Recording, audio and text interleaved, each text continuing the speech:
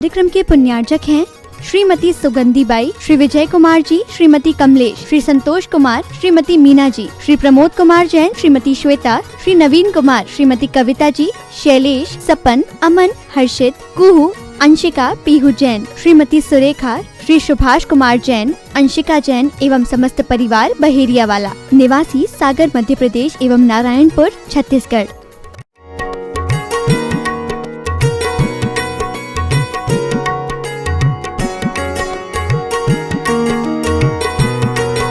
आदिम तीर्थंकर प्रभु आदिनाथ मुनिनाथ, आधि व्याधि अघमद मिटे तव पद में मम्माथ।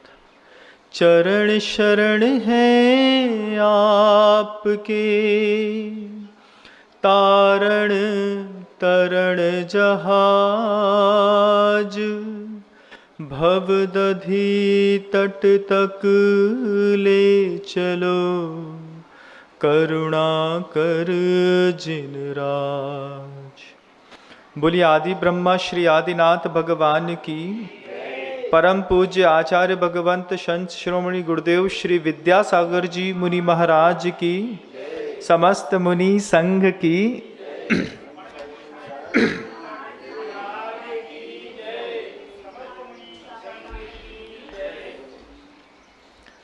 अज्ञान तिमिरांधानां ज्ञानांजन शलाकया चक्षुरुन्मीलितं येन तस्मै श्री गुरुवे नमः।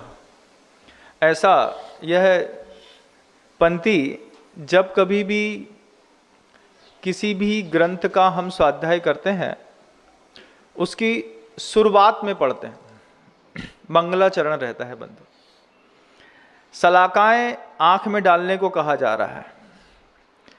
कोई दूसरा व्यक्ति डाले तो भय लगता है कि आंख फोड़ तो नहीं देगा, लेकिन ये ग्रंथ की ये पंक्ति कहती है कि अज्ञान तिमिरांधानां ज्ञानांजन शलाकया। उन्होंने भी शलाकाएं उठाई हैं गुरु ने और आंख में ही डाल रहे हैं, लेकिन सीधी ना डाल करके आड़ी डाल रहे हैं। आड़ी शलाकाएं डाली और अंजन लगा दिया, जिसको आप लोग सूरमा भी कहते हैं और उससे काजल भी कहते हैं। उससे दृष्टि खुल गई, स्पष्टतः दिखाई देने लगा। ये दृष्टि खोलने का खेल संसार में सबको नहीं आता। गुरुदेव ने एक बार हम लोगों को बहुत अच्छी बात कही। गुरुदेव ने हरिवंश पुराण का उदाहरण देकर के संवाद को आगे बढ़ाने का प्रयास किया। गुरुदेव कहे कि सारथी का जो काम होता है वो सिर्फ घोड़े हाँकने तक नहीं रहता। सारथी रथ में बैठा दिया, बैठाने के बाद अगर ये अपेक्षा करी है कि इसका काम है वल्गा पकड़ करके सिर्फ घोड़े चलाएगा, तो सारथी का काम सिर्फ घोड़े की बलगा पकड़ के घोड़ा चलाना नहीं होता। सारथी के पास अधिकार रहता है प्रत्येक समय जिसका सारथ कर रहा है, जिसको अपना सारथ दे रहा है, जो पीछे रथ पे बैठा है, उससे बातचीत करता रहता है सारथी। और बातचीत करते करते करते करते सामने वाले को डिमोटिवेट करता रहता है, कई बार ऊपर भी उठाता रहता है।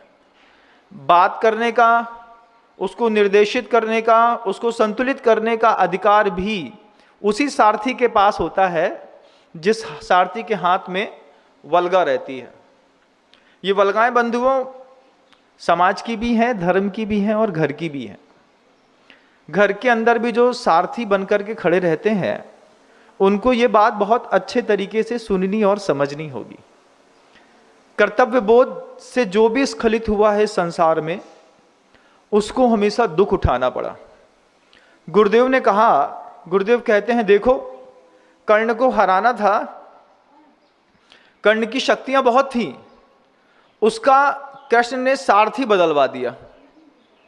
जैसे ही सारथी बदलवाया, कर्ण रथ में खड़ा है उसके पास अस्त्र शस्त्र हैं, पौरुष है, सामर्थ्य है, सिर्फ सारथी बदला, और सारथी के बदलने से उस सारथी ने लगातार कर्ण को डिमोटिवेट करता रहा, लगातार बोलता रहा कि तुमसे नहीं हो पाएगा, अर्जुन महाबली है, अर्जुन ने ऐसे ऐसा काम किया है, अर्जुन ने ऐसा किया है।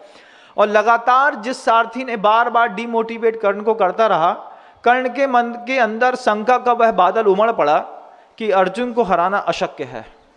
और एक बार अंदर कोई शंका का बादल सारथी ने पैदा कर दिया, फिर कर्ण धीरे धीरे धीरे धीरे हारते चले गए। हमारे जीवन में भी बंधुओं बहुत सारी ऐसा एक अज्ञान भाव भी है जीवन में, क्योंकि शुरुआत में मैंने कहा कि अज्ञान तिमिरांधानाम ज्ञानांजन शलाकया। अज्ञान भाव क्या है कि दो तरीके के दुनिया में लोग हैं जो सारथी के पद पर बैठे हुए। एक सारथी के पद पर वो बैठा है जिसके लिए आचार्य कुंद कुंद भगवान ने कहा, विज्जा रह मारूड़ो मणो रह रहदि हणसी दो चेदा, सो जिणनाण पहावी सम्मा दिट्ठी मुने दब्बो। सम्यक दृष्टि मुनि की, संत की और सारथी की पहचान कराते हुए कही कि वो जो कैसे हैं, विज्जा रह मारूड़ो, विद्या रूपी रथ पर आरूढ़ हैं, चढ़े हुए हैं। और कैसे हैं, वो जो रथ है, मन रूपी रथ है, उसको विद्या के माध्यम से पकड़ करके रखा है। मणो रह रहदि हणदि सो चेदा, सो जिन्नाण पहावी। वो जिनेंद्र भगवान के ज्ञान की, दर्शन की, चारित्र की प्रभावना करने वाले कुछ सम्यक दृष्टि ज्ञानी समझदार लोग भी हैं संसार में। कुछ कैसे हैं, इसके अलावा विपरीत देखें तो कैसे हैं, बहुत सारे ऐसे भी लोग हैं जिनके अंदर अज्ञान भाव भी चरम पर है और उसके साथ साथ वो अपने घर को संभाल भी रहे हैं। अज्ञान दो प्रकार का, एक जो अंधा व्यक्ति है और परिवार को चला रहा है। अंधा व्यक्ति परिवार कैसे चलाएगा महाराज? चलाता है। अंधा व्यक्ति भी, अंधे व्यक्ति को कुछ पता ही नहीं है, बस उसके हाथ में वल्गा दे दी है, वो उसको चलाए जा रहा है, जहां चाहे रथ चला जाए, अंधे व्यक्ति को कोई फर्क नहीं पड़ता। दूसरा जो है वो विपरीत बोध से ग्रसित है। विपरीत बोध से ग्रसित क्या है? विपरीत बोध से ग्रसित व्यक्ति जो है वो मदिरा पाई है, शराब पी ली है, नाली में पड़ा है और समझ रहा है कि हम गंगा नदी में पड़े, बढ़िया, अच्छा, ठंडक लग रही है, सब बढ़िया लग रहा है। ये विपरीत बोध। और कैसा है कि ठीक वैसा ही है कि रेगिस्तान में खड़ा है, रेत चमक रही है और वो ये समझ रहा है कि थोड़ी दूर पर पानी दिखाई दे रहा है। कुछ की दृष्टियां जो घर के अंदर रहते हैं उनकी ऐसी भी है कि घर का सारथी बने हैं लेकिन अंधे नहीं है। दृष्टि जिनकी विपरीत बोध वाली है, जो मदांध होकर के नाली में पड़े हैं और समझ रहे हैं कि हम गंगा में नहा रहे हैं, उन लोगों से संसार को बहुत दिक्कत है। गुरुदेव कहते हैं कैसी दिक्कत है कि वे विपरीत बोध वाले जो लोग हैं वो एक तो समझ रहे हैं ना, मदिरा पाई है, मद चढ़ा हुआ है उनको 8 चीजों का संसार में, ज्ञानम पूजाम कुलम जाति बल रिद्धि तपह वपु, इन 8 चीज का मद है। इससे मदांध होकर के वो व्यक्ति हमेशा एक ही चीज सोचता है, मैं जो कर रहा हूं सब सही कर रहा हूं, जो हो रहा है सब सही हो रहा है। अपने से बड़ा 30 मार्खा तो वो किसी को समझता ही नहीं है।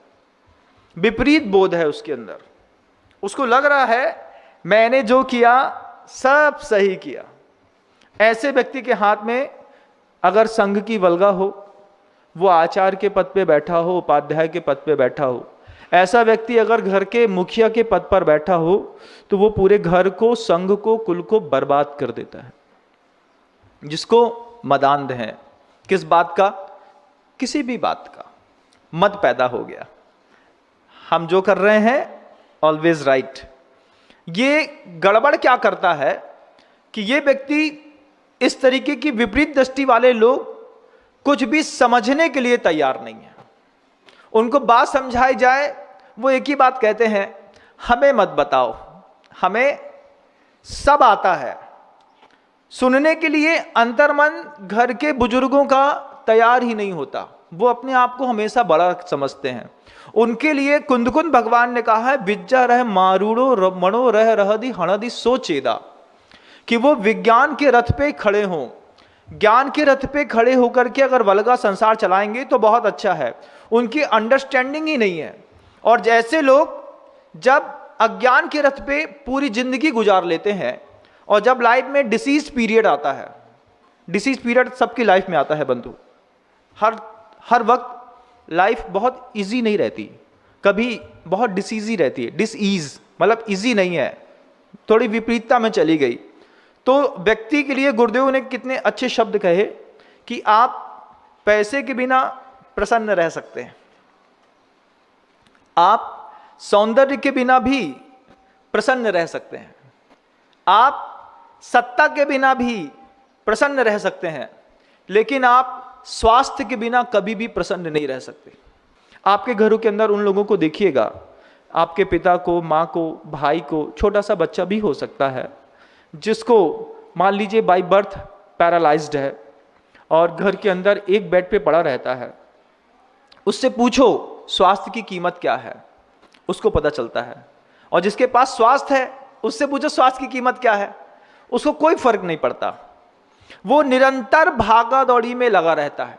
जब स्वास्थ्य गिरता है तब समझ में आया कि कितना कुछ हमारे हाथ से जा चुका है। बचा के रखिए अपने स्वास्थ्य को, खान पान, आहार शुद्धि, विचार शुद्धि, जो आपके स्वास्थ्य को बचा के रखती है। धार्मिक सिद्धांत भी कैसे कैसे बचा के रखते हैं। आचार्य कुंदकुंद भगवान ने ग्रंथराज समय सार में सब चीज से बचने के उपाय लिख दिए, लिख करके वो यहां से चले गए। उपाय हमारे हाथ में है, दवाई है, खाना है खाइए, नहीं खाना है उठा करके हिला करके नाली में फेंक दीजिए, कोई मना नहीं है। पूरी सृष्टि में किसी के लिए मना नहीं है। जब लाइफ में अज्ञानी के डिसीज काल आता है तब अज्ञानी अपने शरीर को लेकर के नाना प्रकार के प्रकल्प करता है बंधुओं। इतने हिंसात्मक चीजों का प्रयोग करके अपने शरीर को बचाने के लिए पूरा पुरुषार्थ करता है, फिर भी बच नहीं पाता। लेकिन एक ज्ञानी के जीवन में जब लाइफ में डिसीज काल आता है तब आप देखिए कि करिश्मा क्या होता है। जब किसी ज्ञानी के जीवन में डिसीज कॉल आते हैं, जैसा कि हमारे आंखों के सामने देखते देखते हमारे साथ में रहने वाले पूज्य मुनि श्री निर्मोह सागर जी महाराज, उनके जीवन में एक ऐसी विपत्ति 2011 में आई जब महाराज श्री जो हैं वो चंदगिरी में थे। चंदगिरी डोंगरगढ़ में गुरुदेव का प्रवास चल रहा था और महाराज जी की आंख में एक धूल का कण चला गया। शायद 13 में दीक्षा हुई है, बाद की बात है, हम शायद बाद में गए होंगे, मैं समय मतलब साल शायद भूल रहा हूं, लेकिन घटना चंदगिरी की है। निर्मोह सागर जी महाराज, ज्ञानी के जीवन में जब डिसीज काल बॉडी को लेकर के आता है, उस ज्ञानी की क्या शैली होती है आप सीखना है, देखना है। तो अभी भी खुरई में चातुर्मास कर रहे हैं मुनि श्री संभव सागर जी महाराज के सानिध्य में रह करके मुनि श्री निर्मोह सागर जी महाराज को देखिए। उनकी आंख में छोटा सा धूल का कण चला गया तो आंख में किरकिरी लग रही थी। किरकिरी लग रही थी तो महाराज जी ने आंख को ऐसे ऊपर से मला तो वो किरकिरी थोड़ी ज़्यादा बढ़ गई, आंख में स्वेलिंग आ गई। गुरुदेव से जाकर के कहा कि ये आंख में स्वेलिंग आ रही है, तो गुरुदेव ने कहा कि थोड़ा सा शुद्ध घी डाल लें, ठीक हो जाएगा। वो किरकिरी 6 घंटे तक आंख में बनी रही लगातार। आपकी आंख में कभी आप देखिएगा, अगर आपकी आंख का बाल भी चला जाए तो आंख से आंसू आने लगते हैं। छोटा सा, एक बिल्कुल छोटा सा कंकड़ महाराज श्री के आंख में चला गया, आंख में चला गया और उसमें 8 घंटे गुजर गए। 8 घंटे बाद समझ में आया कि थोड़ी सी घटना ज्यादा बड़ी हो रही है, रात्रि हो गई। तो कहा कि सुबह डॉक्टर को दिखा देंगे। रात भर आंख में बंद रहा, खुली नहीं महाराज श्री की आंख। सुबह जब डॉक्टर के पर लाकर के डॉक्टर को दिखाया और डॉक्टर जब 12-1 बजे करीब आए, डॉक्टर को भी लग रहा था कि नॉर्मल बात है, लेकिन महाराज श्री को अंतर में वेदना बहुत ज्यादा हो रही थी। निरंतर उनकी आंख से आंसू गिर रहा था। और महाराज श्री को जब 2 बजे डॉक्टर को ला करके दिखाया तो 2 बजे डॉक्टर कहते हैं महाराज श्री इस छोटी सी किरकिरी को उसी वक्त निकालना था, आंख का विजन 80% तक डेड हो गया है। छोटी सी घटना, उम्मीद नहीं थी कि इतनी सी आंख में गया कंकड़ और पूरी आंख का 80% विजन फिनिश कर देगा। जब गुरुदेव को बोला कि गुरुदेव डॉक्टर ऐसे ऐसी बात कह रहे हैं, निर्मोह सागर जी महाराज गुरुदेव के पास आए और दिखाई। आचार्य श्री जी ज्ञान के माध्यम से एक संयमी को कैसा समझाते हैं आप देखिए। आचार्य श्री जी ने निर्मोह सागर जी महाराज को, वो मेरी अगर बात तुमने कभी सुनी हो या फिर सुन रहे हो तो उनको भी पता चलेगा कि एक गाथा दे दी थी, वो यही कि महाराज बिज्जा रह मारूड़ो मणो रह दी हणसिसो चेदा सो जिन्नान पहावी सम्मा दिट्ठी मुणे दब्बो, वियोग बुद्धि बना के रखिए। साधक को गुरुदेव समझाते हैं जीवन में, संसार में अगर उच्चतम विकास करना है तो अपने जीवन में वियोग बुद्धि बना करके रखो। हर चीज की डेडलाइन निश्चित है, आज है कल नहीं रहेगा। तुम्हारा पद आज है कल नहीं रहेगा, तुम्हारे पास का पैसा आज है कल नहीं रहेगा, तुम्हारी प्रतिष्ठा आज है कल नहीं रहेगी, तुम्हारे हाथ में जितनी भी चीजें हैं वो सिर्फ आज हैं, कल नहीं रहेगी, कल चली जाएगी। तो गुरुदेव कहते हैं वियोग बुद्धि बना के रखो। तुम्हारे शरीर, तुम्हारा स्वास्थ्य आज है, जब कल नहीं रहेगा उस समय की तुम्हारे पास क्या तैयारी है। गुरुदेव कितने अच्छे शब्दों में महाराज जी को समझाते हैं। महाराज फायर ब्रिगेड देखा है? महाराज जी ऐसे हाथ रखे थे, आंख में आंसू गहरा था, गुरुदेव समझा रहे थे। हाँ महाराज, महाराज जी निर्मोह सागर जी कहते हैं देखा है। फायर ब्रिगेड वाला जो ऑफिसर, जो वॉलेंटियर्स होते हैं, आग लगे या ना लगे प्रत्येक समय तैयार रहते हैं अपना सामान सामग्री पहन करके, कि जैसी लगेगी वैसे ही हम खड़े हो जाएंगे। ठीक ऐसे ही जैसे फायर ब्रिगेड के फायर फाइटर्स होते हैं, ऐसा साधु होता है अपने जीवन में, जब कभी भी शरीर में जब भी आग लगे वो तैयार रहता है कि जो होना है और हो जाए, हम किसी चीज से डरते नहीं हैं। ऐसे मनोहर संबोधन के साथ निर्मोह सागर जी महाराज का गुरुदेव ने आत्मविश्वास बढ़ाया। महाराज जी देख करके, निर्मोह सागर जी गुरुदेव को देख करके हंस रहे थे। बोलते हैं संसारियों में ये वियोग बुद्धि नहीं रहती कभी। जीवन में किसी को भी अपना घर चलाना हो, जो घर के अंदर बहुत ज्यादा विवाद हो रहे हो, घर के अंदर बहुत ज्यादा तकलीफें हो रही हो, उन सारे परिवार चलाने वाले लोगों को वियोग बुद्धि एक शब्द लिख लेना चाहिए अपने दिमाग में। कोई भी चीज आज है कल नहीं रहेगी बंधुओं। दुख भी है तो आज है कल नहीं रहेगा, सुख भी है तो आज है कल नहीं रहेगा, चला जाएगा। महाराज समझ रहे हैं आप मेरी बात? गुरुदेव इतने अच्छे से समझाते। निर्मोह सागर जी महाराज ने कहा हाँ महाराज श्री, मैं समझ रहा हूं कि फायर फाइटर्स को प्रत्येक समय आग लगे चाहे नहीं लगे, अपने सूट्स जो पहनते हैं वो सब पहन करके खड़े रहते हैं, गाड़ियों में बैठे रहते हैं कि भैया जैसे ही फोन आएगा हम चलते बनेंगे। गुरुदेव कहते हैं पूरा जीवन साधु का फायर फाइटर्स के जैसा है, कब कहाँ कैसा विकल्प आ जाए कोई भरोसा नहीं। आप भी सीखिए इस बात से अपने घर चलाने की कला, कि आपके जीवन से कोई भी चीज कभी भी चली जाए।